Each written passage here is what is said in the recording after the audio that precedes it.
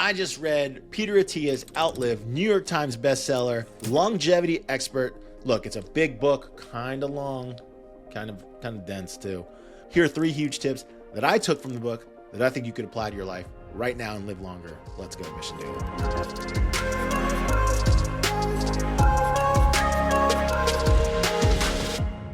When we were talking about being barefoot, I was at the time reading Outlive, and I've since finished the book. And what we're going to talk about today is some of the things that I've learned, what I liked, and what I didn't like also. Because I don't think this book is for everybody. I think the information in it is certainly applicable to many, many people, but I don't think this book is for everybody. And we're going to tell you why today. Mission Daily, Stephanie, how you doing? You are always someone who's trying to do great things. Great. Yeah, but you're not as interested in Outlive because I have a decade on you. You see, you have a decade to catch me where I'm at. But I turned 44 next week. Wow.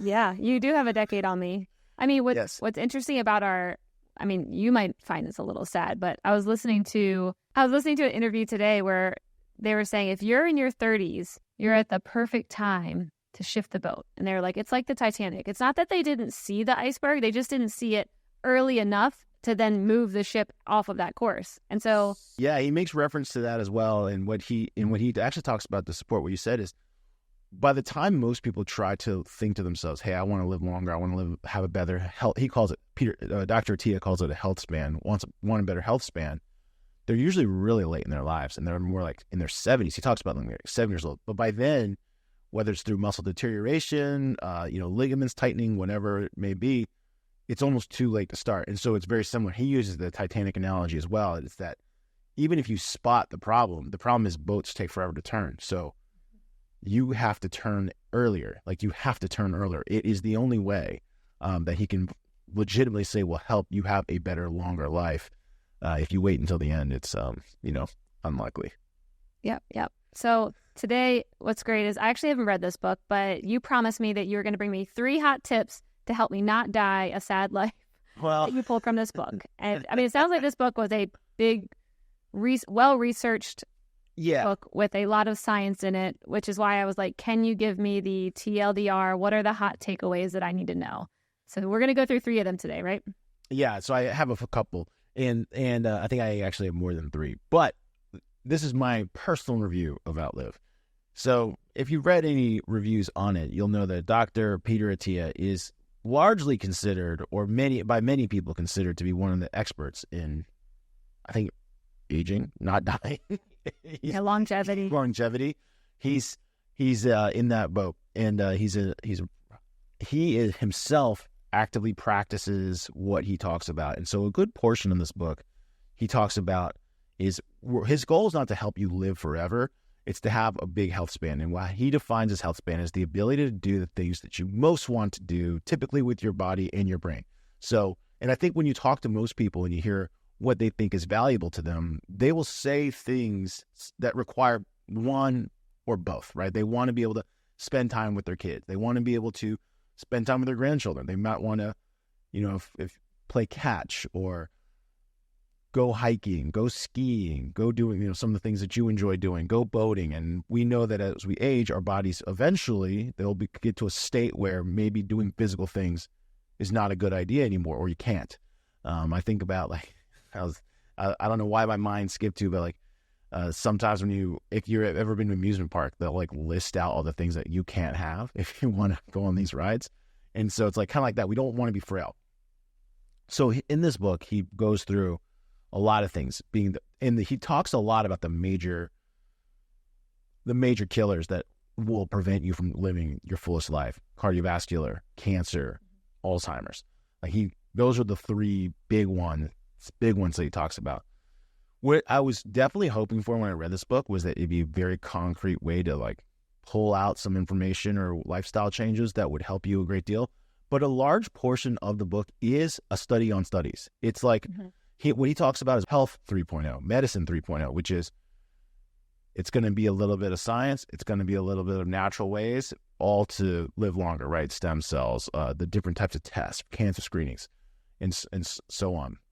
But it can be, I think, technically challenging. And I definitely think for someone who's maybe not as interested in the science behind certain things, it might be a little hard to read. You know what I mean? Or might be a little bit uninteresting, or they might not understand it. Like, for example, like, could I recite to you what he says about ApoB blood test? No clue. No, no clue. You know what I mean? I couldn't even begin. And there's like chapters of it. But what I could say is, here are some things that he recommended that I have actively been practicing, and I think it's pretty easy to adopt. How long have you been practicing these things? Because when you got on here, I was like, damn, Albert, looking a little buff. What you doing over there? Working out? Well, I've always worked out, right? But I haven't done some of the other stuff. But so one of the things he talks about very publicly is grip strength, and which is something that I think most people don't think about. But he talks about how grip or lack of grip is one of the biggest detriments to health. And he has studies and facts about how if you break your hip or you get injured, how much shorter your life will become. And the number one cause of a lot of these fractures is, like, let's say a trip and fall incident. If you were to reach your hand out, could you grab onto something and support your own body weight? And so he talks about how most people cannot do that. And so he has this like dead hang test where you're supposed to hang from a bar, pull-up bar. You don't need to do a pull-up, but you have to keep your feet off the ground. And how long could you hang on to it? And he talks about how you'd be able to hang on for 2 minutes. And I'm like, oh, well, let me try that. I couldn't hang on for at all. Like how long was your first attempt? Right around 30 seconds. Right around 30 seconds. Probably what I could do too. Yeah, maybe I didn't make it to 30. Maybe I fell off and looked up and saw 30. That was 30. After you spend 20 seconds on the ground being like, damn, that was hard. Like my arm sockets are going to rip out. Jeez. So that was eye-opening. I was like, wow, like I don't have really good grip strength at all. And I've always known that because of farmer's carry. So farmer's carries are, like your brother-in-law, Seth, Big Country. He can carry stuff, I'm sure, no problem. But if I were to carry 2 kettlebells and just walk with them, like my hands start to give out pretty quickly. And, even when I see in the camera here, like my skinny fingers, like my fingers, like clearly have been used for typing. That's it. Like they did not done anything hard. And so grip strength was one. So that was interesting. So tell me about grip strength. Like, I mean, I'm imagining that it's kind of like your feet, your hands, there's fascia that connects every part of your body. And this is something I've been learning in the functional patterns place that I go to here in Austin about, like, all the way from the back of your head, it's connected all the way onto your heel. And like, how do you stretch fascia that's interwoven through your whole body and it crosses? So I'm imagining it's something to do with, your hands and that. But did he say why grip strength is indicative of lifespan? Yeah, so he framed it more so about your ability to support your own weight in the event of a fall, like your ability to grab onto something. And so doing dead hangs would increase grip strength. But there is, if you remember in our last time we talked, there's a part where he talks about being barefoot and how barefoot creates ankle stability and so on. But there is some truth to what you just said, which is all of our nerves, the areas where we have the highest concentration of nerve endings is like our feet, our fingers, and our sex organs, but you can't really exercise those, I guess. Well, you could. You can. But like that's like the highest density of stimulus, right?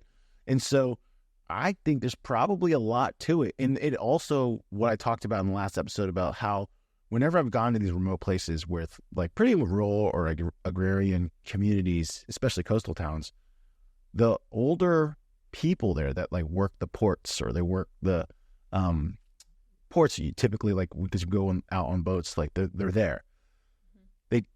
To me, they seem so vibrant even at really, really accelerated ages. And I think there's part of it to it. Like they're using their hands, they're using their feet, and I think it's part of it. And when it came to so that was one. That's for sure. Like one tip is like basically hang. That's going to help you out a lot. Probably the most interesting thing was his whole chapter on nutrition and how he basically says that because almost all nutrition studies are flawed, nobody actually knows what you're supposed to eat. He doesn't argue for or against any type of food. I mean, he's kind of pretty much only against sugar, but he's not like, oh, it's better to be vegetarian. It's better to be, a carnivore. He says you do have to eat plenty of protein to be keep your muscles active because that's a big part of Healthspan. But the most interesting thing about what he says about eating is you're just supposed to eat less. Like, you're supposed to be hungry. But that's hard. People love food. Yeah. I mean, I think that's why that I was at a Dan Sullivan event this past weekend. And there was a lot of longevity doctors there. And so I got to hear some very cool cutting edge conversations. But one of the doctors was like, so many people getting on this new weight loss drug. I don't know if you've heard of your friends. That one, he's like, even if there are any longer term issues, it's so much better for someone to drop in weight and lower their hunger and reset themselves. Even if there is some kind of long-term issue, it's better to not be overweight, because that's the biggest predictor of death and problems. And so he's like, yes, there's people all over America getting on this at rapid speeds, and America's super obese. So this is probably like one of the best fixes we've seen to help people hopefully reset their weight and their hunger levels, which is essentially just eating less. So there's definitely chapters about metabolic illness in here, which is pretty interesting stuff. But that was at the core of it. Like, it's better for your brain, it's better for your heart. It's like, we are actually supposed to be hungry. And if you really think about the evolution of societies, prior to farming, or even post farming, it's basically prior to food industrialization, where people could then have food at all times at a grocery store. Being hungry was a part of your life. And the further away from modern civilization you were, being hungry was a bigger part of your life, to the point where we were more like animals, probably even when we were in like tribal communities, nomadic, whether you go back as far as you want to go back, but as recently as Native Americans, getting food was a big part of your day. And in still like some of the tribal areas of Africa and so on, and in some of the Polynesian islands, like getting food is like your biggest energy source, or better energy expenditure a day. And there's also no guarantee you were going to get something. So my wife likes to joke about back in the day when we were hunter-gatherer society. There's no way the guys came back with a kill every single time. Yeah. So she says the women kept everyone alive, because the probability of gathering is higher than the probability of getting a kill. Mm-hmm. And so you were probably not eating big meat, big kills. Like, you weren't eating that often. You were eating probably fruits, nuts, whatever could be gathered, whatever you could trap. But typically you only trap small stuff, squirrels. So if you're thinking about like feeding a whole family or a community of a nomadic tribe, you just weren't eating that much. And so that was it's a big summary for me, but like, we're basically always supposed to feel hungry. Like, that is a good sign of cellular and metabolic health, is that your body, when you are hungry, I'm not going to recite all the science behind it, but he's basically saying the cells are regenerating faster and basically kind of getting rid of bad cells, because what is cancer? Cancer is the growth of malignant cells. It's your body doesn't know the difference between creating a bad cell and a malignant cell, and it starts creating cells that you shouldn't have. And that's what cancer is, right? And it metastasizes to other parts of your body, and this becomes a serious problem. So that was, I think I'd always read, but I had never read so much evidence that's just like, you're basically not supposed to eat food. Yeah. And I mean, I'm usually not too big on blanket statements, but this is actually one that I think, as a blanket statement, it will work for most people in America, at least, of you just don't need to eat as much and be hungry. It's okay to be hungry. Yeah, he calls it time restrict. So you'll hear intermittent fasting, but he says even then that's a bad term for it. The reason why he says it's a bad term for it, because most of the metabolic changes don't occur for like at least 18 hours. And you're probably better off going like a day without eating, which I was like, I don't know if I could do that. That seems pretty tough. Yeah. Some of my friends have been going 72 hours, and they do it once a year. That's 2.5 days? Yeah, just with like water and maybe, and I know they do have to there's certain things you need to do, like putting electrolytes and certain things in the waters, and I don't know fully, but I'm like 72 hours, damn, they just like took it to a whole new level outside of 18 hours. No, fuck this, I'm going days. And they did say it's been one of the most game-changing things they do every year, is like going through this. And when you think about it, I mean, tribes all over the world do this. You go to Sundance, you go to Moondance, like this is what they do. They fast for many days. So I think it's just more abnormal in America to be like, for us to be like, what, 3 days? We have food abundance, right? And so like he calls it time restricted eating. Just basically saying like when he works with people, he says the first thing you should do is just cut the windows of time that you can eat into smaller windows. Yeah. Because in general, you just can't eat that much. That's the idea. But if you're a big eater, what I've been trying to do is like, because there's a lot of people that, and I feel like this happens more in men than women, but there's a lot of people who they don't really actually feel like they ate unless they feel full or stuffed almost. Yeah. And so like when the rec is like, okay, just eat, instead of eating one meal, try to eat 2 meals at one time and then do your best to not eat again or not eat another meal again. Eat only good stuff like fruits, vegetables, that's fine, but don't actually have like a meal. So I've been eating like 1 to 2 meals a day, and that's, my weight's dropped. I definitely am gotten stronger because just yesterday we did a workout where there's toes to bar in the CrossFit workout. And typically in toes to bar, for those who are not familiar, you have to hang. So you have to have good hand strength. And it's exactly as it sounds. You're going to lift your toes and kick it above your head and kick the bar. And usually I have to do them one at a time. Like I do 1, I need a break. 2, I need a break. 3, I need a break. But yesterday was the first time ever I strung 9 together. I've never done that before. So I just boom, 1, 2, 3, and I was like, wow, this is kind of cool. So it's kind of cool seeing like the impact, and then also so the workout yesterday was run half a mile, 6 rounds of 9 toes to bar, 15 wall ball shots, and then run half a mile again. So on the first half mile, I told myself, I'll go easy because I know toes to bar kill me, but I still did it in 4 minutes. Which is a lot faster than my normal like hard pace, and I was jogging, and so I was like, oh, "This guy." And I'm 44, so it's like to see it working like super fast, like that was kind of cool. Wow, yeah. So you're hanging more or doing things to promote better grip strength, and then losing for sure at the same time. Yeah, I'm not actively trying to lose weight. I'm actively trying to eat less. Like that's like getting used to being hungry is. So like I've like reframed. I'm trying to reframe my mind. Don't say I'm not as good as you. Not as good as you. Not trying. I'm not saying not as good as me. Well, I think you can reframe your mind better than me. But what I tell myself when I'm hungry is that you're not hungry. Is you're fighting cancer right now. And I actually tell my kids that I'm fighting cancer right now. It's like, are you hungry, Dad? Yeah. Fighting cancer. I love that. I am fighting cancer right now. I'm fighting cancer right now. Yeah. I mean, I do think doing mind tricks like that, I know I've said this so many different times, but when you work with your mind and tell yourself a story that many times, you're going to believe it. And then things will start to not feel as necessary, like whether it be food. I mean, I did this. I think I told you how I did it with sugar back when I was like 21. I wanted to stop sugar. And did I ever tell you this? I don't think I've heard this exactly. But I know you don't eat that many sweets. I do know that. Yeah. So it all started back when I was working at Fannie Mae. I was drinking tons of coffee. I was always putting tons of sugar and the sugary creamers and all this in it. And then I realized basically I'm not even drinking coffee. I'm just drinking like sugary things. And then it would activate more of a sweet tooth. And then I would want more things. And then I'd get home and I'd want something. And it was just getting out of control. And I forget what I read about like the impact of sugar and Alzheimer's and all that. And so I was like, I want to cut back a lot on this. And I want to retrain my taste buds to get back to the basics.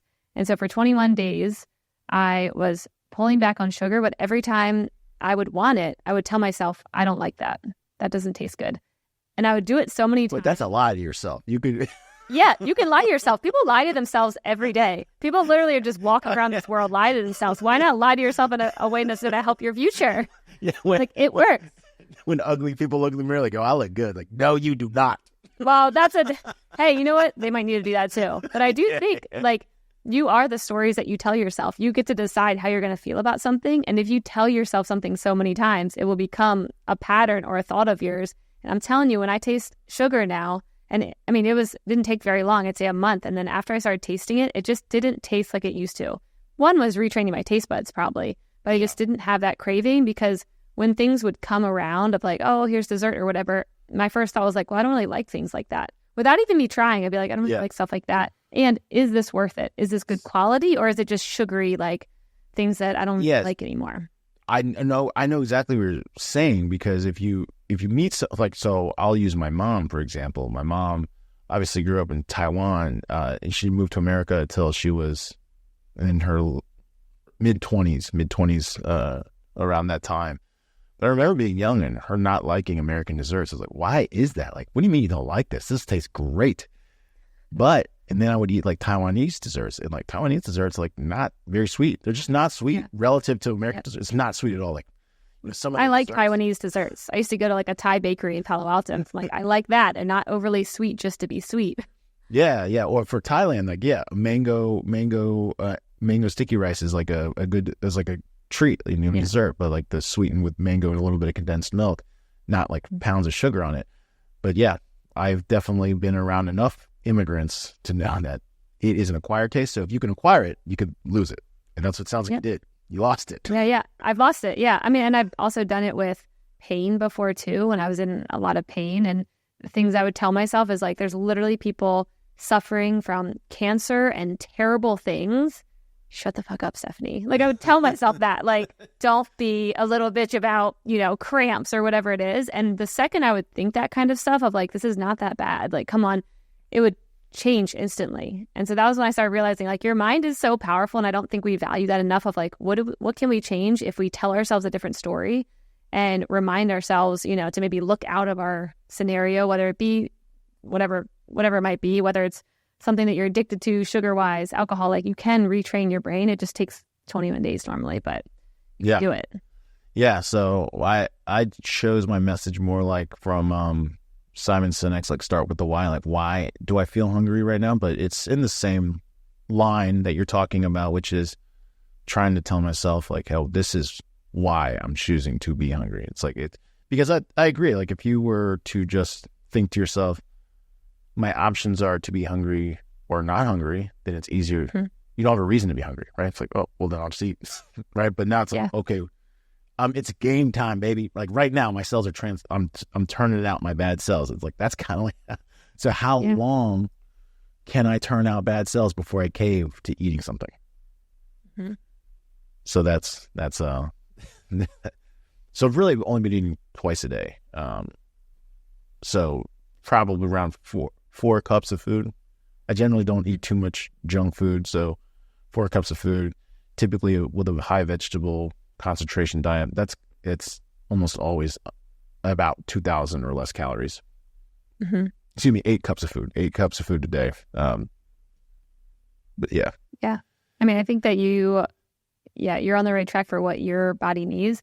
I will say earlier when you said Peter says that no one really knows what they're supposed to eat. I do think that we are in a place now where we do kind of know what each person should have, but it's super personalized, and it depends on your DNA, your ancestry, like all of that things. It depends on your age. I mean, I was hearing from this expert this past weekend where he's like, over 50, you really need to cut back on meat, because meat, all red meat, turns on some kind of aging gene in you. It just activates it. It doesn't do it when you're younger, but once you get past 50, it activates it, which makes sense. I'm like, most people who are older that I'm around, who are more intuitively listening, like, what should I eat? Most of them pull back on meat a lot, and they're much more like lighter, less food, more vegetables. And so I think that we are in a place now with all the data, with all the AI coming out in the health space, with all the knowledge we have, we do know what people should be eating. It's still just taking time to get to the mass public, but it's a personalized approach, and every person's very different. That's what I was getting at. Like, I thought that was very interesting that he doesn't really take a position on food composition, like what you're supposed to be. He does talk about protein specifically as a nutrient, but he doesn't say like, hey, a plant-based diet, a meat diet, a Mediterranean diet, there's a lot of different, like, keto diet. Like, the reason why, his reasoning is that most studies of diets are actually quite flawed.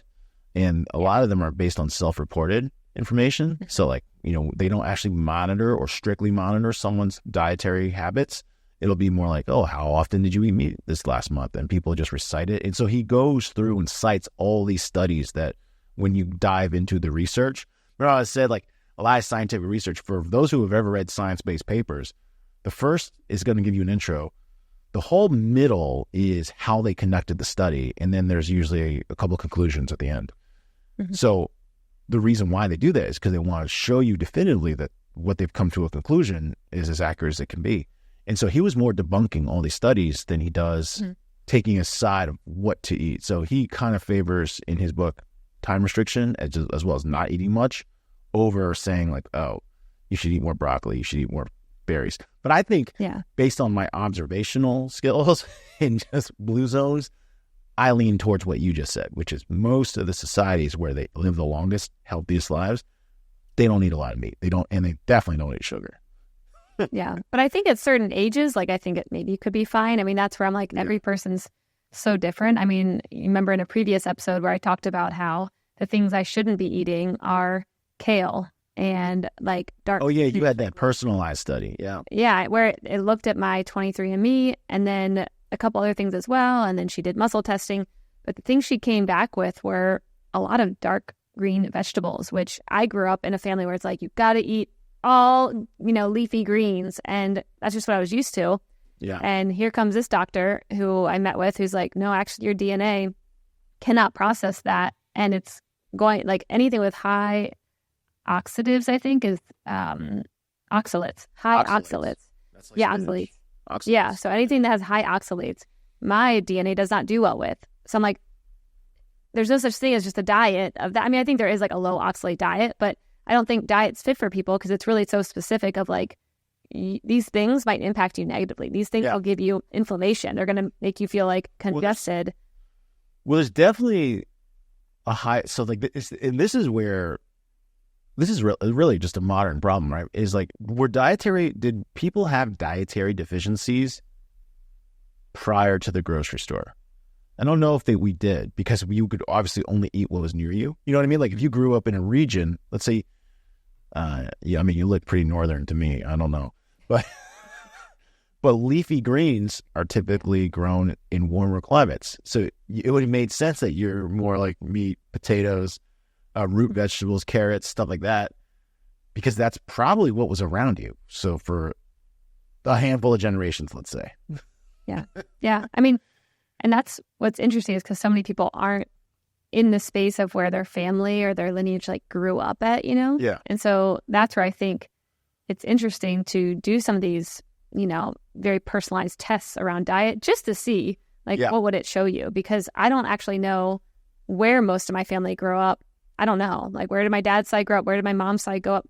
Which part is influencing how I should be eating? And that's why this test looking at my DNA was the most helpful. Yeah. And I know that many other countries who have a much higher focus on nutrition do just this. It's just not in the U.S. because the U.S. doesn't focus on nutrition. The doctors don't learn nutrition. That's correct. So they don't know any of this stuff. But like other countries are looking at people's DNA to say, okay, here's a roundabout diet that could work for you. Here's maybe medicines that will work for you, or these ones won't because of your DNA. This one won't even work on you, so we're not going to go there. So I think there are other places that show a very personalized approach. It's just not here yet. And so we're still in the phase of how do we assemble, our own care team, our own research to figure out what's best for us. But I still think it's coming, and I'm bullish on it. I don't doubt it. I mean, it could, because I'm doing it just through observational. There is clearly certain regions, and it just could possibly be that region, based on its like flora and fauna or whatever, makes it so that you have to eat that way. But there is certainly I think there's enough anecdotal ancillary evidence that suggests certain specific diets are substantially better than others for us. And if you can personalize it, because that's the other thing is like, modern grocery store has enabled us to eat whatever, right? No matter where it's grown. So knowing which ones you're supposed to or optimal for you, I think is good. I think to like how people react to chilies. Do you know what I mean? Like, so obviously take a look at my skin. I'm from closer to the equator. Like when I eat chilies, there's no impact. I enjoy it. I think it tastes good. And then my wife, she's Scottish. If she eats a chili pepper, like she turns red, skin starts changing colors. Like, it's like, I don't know if it's bad for her, but like, her body is reacting 100%. You know what I mean? Like, without a doubt. Yep. I mean, that right there shows like she probably shouldn't be eating it. Like her body's like, stop doing that to me. Yeah, like don't put spicy food in me. Whereas obviously from people in the equator, they're like, that's fine. So who knows? So that was a good takeaway. I thought is we're just supposed to be hungry. Like you're not actually supposed to feel full, which I think most people, if they hear that, they're like, what do you mean? It's like, you don't need to be full. Like you're supposed to actually always be a little bit hungry, which is like, wow. The third thing that I took away from the book that I thought was really good is, so he talks about the ability to, or your body's ability, what is it going to do with extra calories? Of course, it turns extra calories into fat, stores of energy. But he talks about how there's two types of people that store fat. Some people store it in this, I can't pronounce the right skin layer, but in the skin. So people who store fat above the muscle on the skin tend to show outwardly that they're chubby, out of shape, whatever you want to say. But then there's a subclass of people, he says, that store it internally in your organs. And these are the ones that die, like to the observational eye. Oh, how could he get a heart attack? Mm-hmm. And he says these people are at the biggest risk because they have no clue they're at risk. And so he dedicates a tremendous amount of time to talking about getting scanned earlier. I think we've all heard of cancer screening earlier. So he's a big proponent of colonoscopy. Most people aren't recommended for colonoscopy until they're 45. He's like, why are we waiting till 45? You should get a baseline immediately. And he talks a lot about the different scans, such as, did you know this? Like, so blood, there's blood clots. So you can have like your blood, you can scan for blood clots. You can scan for fat buildup in your atherosclerosis or whatever in your veins. So like apparently when you have fat buildups in your blood vessels, they actually don't go away. They're there forever. You're not able to just get rid of them. That's what like angioplasties and stuff are for. And so what happens is if you can eat better, you'll of course build less fat up on it. And what happens is like, so that imagine like there's a bump in your, like a speed bump, right? Mm-hmm. If it gets like chunky and thick, then blood is rushing up. Like I'm going to use my petrified wood. It's not a turd, people. It's petrified wood. Sure. So if this is a tunnel, right? Like this is blocked, but it's like the blood will push it. If it pushes it loose, now you have particles. It can be stroke, heart attack, and so on. And it's like, dang. But if your blood healthens, it like smooths over. And if it smooths over, then blood can continue to flow. And so in both the chapter about cardiovascular health and then the chapter about cancer, he talks about how modern testing and screening is getting really exceptionally good. Yeah. I can't confirm or deny like which doctors or facilities we should go to, but I have started looking into getting scans. And like a big problem to these scans is these scans aren't covered by insurance because they're totally elective. Yeah. So you can end up paying like $2,000 or whatever, maybe more. Insurance, they don't care about preventative. So they don't, I mean, but I will actually say there are insurance companies coming out now that I'm hearing of that are all about preventative and doing these scans, and then you get insurance based off your health. So I think that's a really exciting shift. Yeah, I would love it if insurance like would give you like a rebate on your actual, like let's say health plan if you paid for this up front. That would be a fair trade. Yeah, so I know of one. So for a diagnostic company, actually one of my friends went down and did this. I think they have a place in Dallas. I think they have one, a couple spots around the U.S., but it's called Life Force, and you go there and you get a full body diagnostic scan. Mm-hmm. And this one, hearing the results of people going in there thinking that they're pretty good and they're days away from having a stroke or seeing certain, calcifications in, I don't know, their heart. I mean, I'm not a doctor, but hearing what they're able to identify. And if you can identify it, you can prevent it, you can stop it, you can, correct, not have a stroke. And it's, to me, amazing that we have these abilities now. So Life Force is one of them that I heard of. I know it is kind of expensive, but I'm like, if you could have a full scan once a year, you budget for that to be like, what's going on, or even once every couple of years. I mean, that is something I want to like start budgeting for in my life, to be able to just know what's going on in there. And then what can I do to course correct, like the Titanic ship, like what can I do to start helping? And then on top of Life Force, which I'm sure there's many other companies out there, that's just the one I know of, Life Force has an insurance division too. Yeah. So Albert, I actually wanted to look this up for our company just to see like if we could even get it. But they allow you to get, you get the diagnostic and then you get insurance for employees based off of their composition of health. And to me, that is a model I'm like, that sounds also more fun, and it like gamifies the experience of like, how do I get my premiums down? How do I, what are the pieces I need to work on? And they even said that,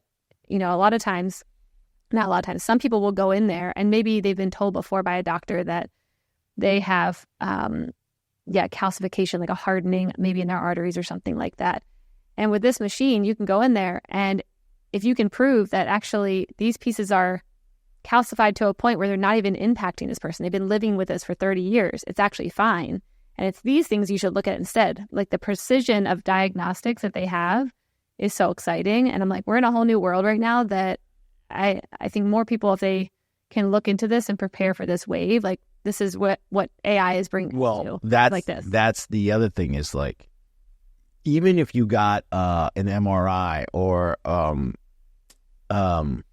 radiology scan or whatever you got, like an MRI scan, ultragram, sonogram, like whatever, it doesn't matter. You really are, or we are really relying on the opinion of one person. Think about that. The old way is you rely on the opinion of one doctor, and they might be the best doctor on earth, but what they observe in your scan, and we relied completely on their ability to say, yes, you are in danger possibly of having cancer. Yes, you are in danger of possibly having a heart attack, or maybe you're not. So what I extrapolated from the book is like, okay, that's relying on the human's eyeball. Like it's literally, you're relying on one person's eyeball.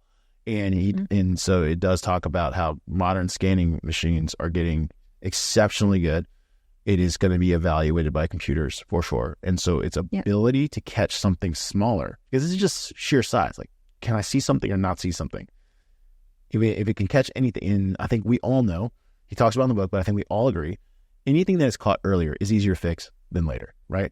Was it easier to find the loose screw on the Alaska Airlines plane or fix the giant hole after it blew off mid-flight? Clearly for them, it's easier to fix a giant hole. You should have fixed the screw. Tell him. Tweet that to him. That's good advice right there. I'm trying to look for. That's the whole point. Don't wait until like the bad thing happens. And so he talks about like, right, it's hard to course correct later down the path. And he talks about how, hey, a lot of times the number one thing that gets people to start working out is after they have a heart attack. It's like, oh, I got a heart attack. Now maybe I should do something about it. But by then you might have muscle loss. You might be at an age, because he talks about building muscle and like how you don't really build muscle after a certain age. You just try not to lose it. So you don't have a good base. Well, you're really screwed. You're really screwed. Like you're 7 years old, you have no muscle. Like you really can't build much. Yeah. But where technology is going, you never know. Straight up new roids, man. Yeah. But human growth hormone, like, he talks about hormone therapies. He talks about these types of things. But those are the three things that I pulled out of the book that I tried to start immediately doing, because I think we all can hang, for sure, pull-up bar, kettlebells, whatever. Because if you can't hang your whole body, you got to hold something heavy. So, hanging or improving grip strength was the first thing. The next thing was, hey, you should just eat way less and be hungry more often. Like you feel fine if you want to eat like that one satisfying meal a day in general. And I've noticed that like you cannot eat enough, like you can't eat enough calories off one meal to gain weight. Like it's really hard to eat a 2,500 calorie meal. Yeah. Like, and one of the other things that I've started noticing is like the signal from your brain or your stomach, to your brain that says I'm full. Mm-hmm. It trips faster when you've been hungrier longer. Mm-hmm. Yeah. Like it definitely trips after like, for me, like 2.5, 3 cups of food, it'll be like, you're full. Yeah. Well, like, dang, I never would have been full before on that. Yep. So that, and then take advantage of these modern scans. So this is where it's challenging for me, because I started doing some, Google searching, and for sure there's a lot more companies than I realized that offer this type of service, but I don't know which one is good. So I don't know which one's good yet, but I turned 44 next year. I will be getting, unfortunately for me, a colonoscopy. Because it's good. Well, it's got to get done, right? And I think that's another thing that I've always known about in the past, and I'll say especially for men, like lot of men don't want to hear bad news. It's really weird. It's like they'd rather just not hear that this is a problem. It's like, or experience embarrassment or whatever. It's like that's why they don't get prostate exams or colonoscopies. Yeah. It's like the number one reason. It's like they think it's embarrassing. It's like these are professional doctors. Like, this is what they do. Like you're no weirder to them than any of the hundreds of people that they're going to see in the next month, Yeah. So get your scans. Get your scans. I love it. All right. Well, this was awesome. I think for me, I'm like walking away with, I'm going to improve my grip strain. I still need to work up my muscle and get some strength training going even more to be able to build my base. I'm already good at probably not eating too much anyways, so that one's good. And time restricted feeding, I've actually gotten better at that, mainly not eating late at night. That was something that I used to do. But then after I heard about how it impacts your sleep and how it sends your body into a whole, time to... How you done? What did you experience after you changed that habit? I do sleep a lot better. I did two things. I stopped eating past 6:30 if possible, because I wake up early and I eat. So I was like, I cannot go till 8, 9, 10 o'clock at night eating snacks and like a bowl of cereal and whatever. So I stopped doing that. And then I also made sure that if I'm ever having a glass of wine, I don't have it past 7 p.m. Because that was something that messed with my sleep a lot too. And I knew it. And when I heard the science behind why it's messing with your sleep and then why food's messing with your sleep, I'm like, okay, I just need to stop most things probably like 5:30 and 6 and just be done for the night. Yeah. And it has been very, very helpful, even just the food perspective, but also any wine or anything. Like, it's been very helpful in my sleep to get good sleep. Because then what I would notice is when the kids would come and wake me up at 1 or 2 in the morning sometimes, I would be so groggy. And as a mom, like most people be like, that's probably normal. But when I don't have food late at night, my body can fall into a deeper sleep. Yeah. And I was able to get up and not be as like agitated. I was kind of like, okay, I've got you. I'm going to put you back to sleep. But it didn't feel like I was so out of it. Like I had never slept in the first place, where now it's like I get my deep sleep, even if it's just an hour, and I get woken up after an hour and I'm like, okay, like it feels better now than it would have when I was eating late at night and my body was like staying awake. So, yeah, I also stopped eating late. So right now, the way I'm eating currently is around 11. If I'm at home around 11, I usually will cook pretty big lunch. Like I just had some broccoli, cooked in a homemade peanut sauce, not like a store jar peanut sauce, like actual crust peanuts, a little bit of soy, some onion, garlic, rice. Look at my eyes. Of course, I eat rice with every meal. So then I ate like 2 bowls of that. So that's probably like 3.5 4 cups. And then later tonight, I'll probably eat just like oatmeal and fruit. That's it. And that'll be my day of eating. And that'll happen around 5. So then I'll go 5 till 11. I don't know. Something like that. That's good. We need to do a check back in a month and then track your progress. And we should go and figure out what tests, like diagnostic tests, we want to take. Oh, yeah, that'd be fun. I'll pick some places out in the Raleigh area my area is known for good medicine, just like Austin is. So I trust that one of these is a good one. It's just a matter of picking the right one. Yeah. Okay, well, you find one, I'll find one. We'll have a future episode where we go through our results and see what we need to do. Yeah. I'm definitely nervous to find my results, but it's necessary. It's like our Alaska Airlines plane analogy is actually quite perfect. It's like you might have a screw loose, but better to find it and fix it than to wait for the door to blow off.